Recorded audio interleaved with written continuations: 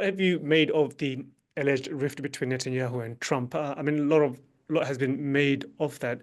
I mean, the way I look at this is that Trump is there for business, and Israel really cannot provide anything in the way of business at the moment. So he seems to be snubbing Netanyahu. I can imagine a conversation where, what can you gift me, Netanyahu? And he'll say, and there's nothing Israel can give to Trump at the moment.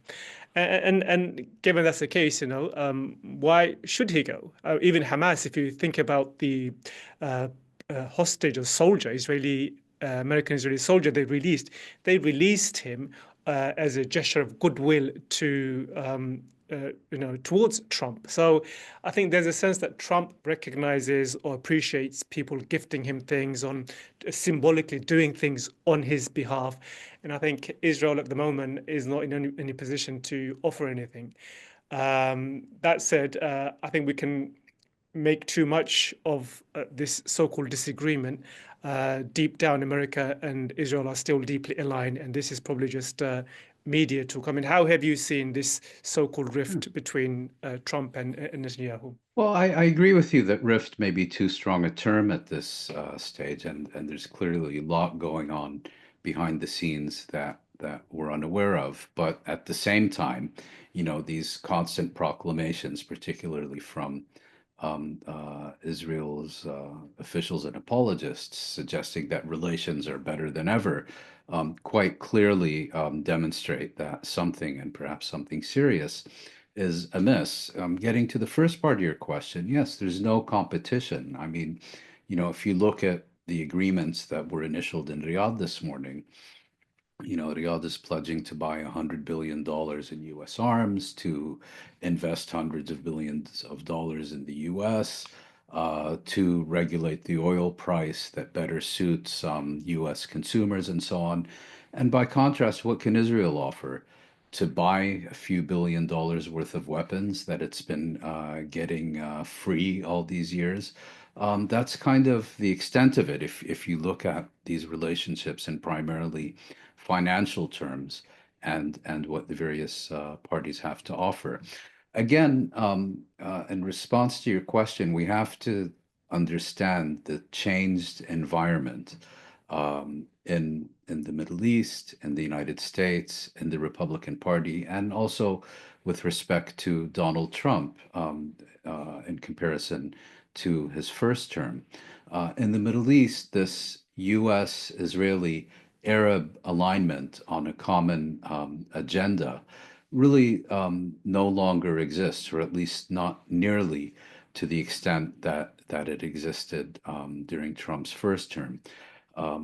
Normalization and regime change in Iran are no longer the headlines of U.S. policy, and I think a key turning point were the recent revelations that Netanyahu, the Israeli prime minister, had been scheming behind Trump's back with the former U.S. National Security Advisor, Mike Waltz, to seek to draw the U.S. directly into an Israeli war against Iran.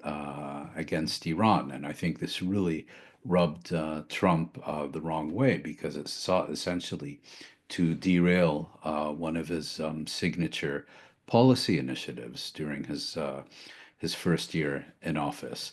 And of course, there's been a sea change in U.S. public opinion towards Israel during the past year and a half.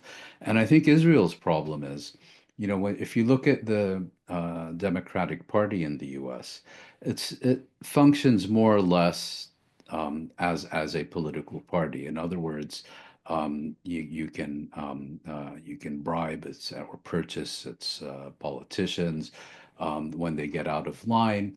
You can fund a challenger to unseat them during the primary, and so on, and that works reasonably well.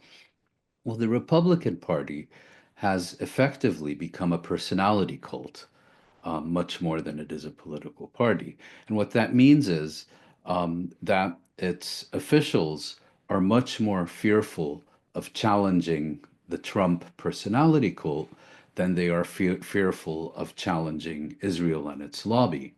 And if they're forced to make a choice between the personality cult and the favorite foreign state, 9 out of 10 times they'll choose for Trump in order to save their skin and keep their jobs. And we see this, for example, with Mike Huckabee, who is far and away one of the most fanatic politicians on the entire planet when it comes to slavish devotion to Israel. I mean, he's one of these people who thinks this is all part of biblical prophecy and end times is coming and rapture is coming and he's going to end straight into God's lap or something as a result. And he's now giving statements saying, the United States doesn't need Israel's permission to reach a ceasefire agreement.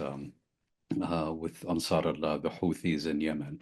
So Israel, I think, has severely miscalculated its relations, not so much with the United States as with this administration.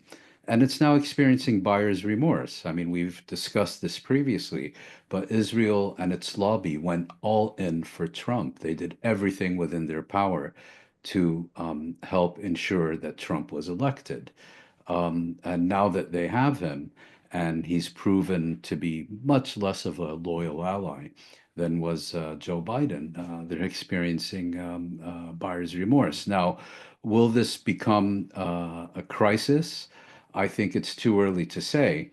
But clearly, if you look at it from the perspective of Israel's government, it already is a crisis because there's also another element here, which is that Israel has for decades traded on the perception that the road to Washington goes through Tel Aviv. In other words, if you want anything from the United States, you have to make nice with Israel because Israel has the capacity, primarily through its minions in Congress, to either make things happen for you or to ensure that things don't happen for you. And so this perception of a rift between the US and Israel is extremely damaging to Israel's international relations because it can no longer go, to some head of state in Africa or Asia and basically say, you need to do what we want so that we can ensure that the US government does what you want. Because the headlines are all about a crisis between the U.S. president and the Israeli prime minister, and this is all now coming to a head also with differences about what Israel should and should not be doing with respect to the Gaza Strip.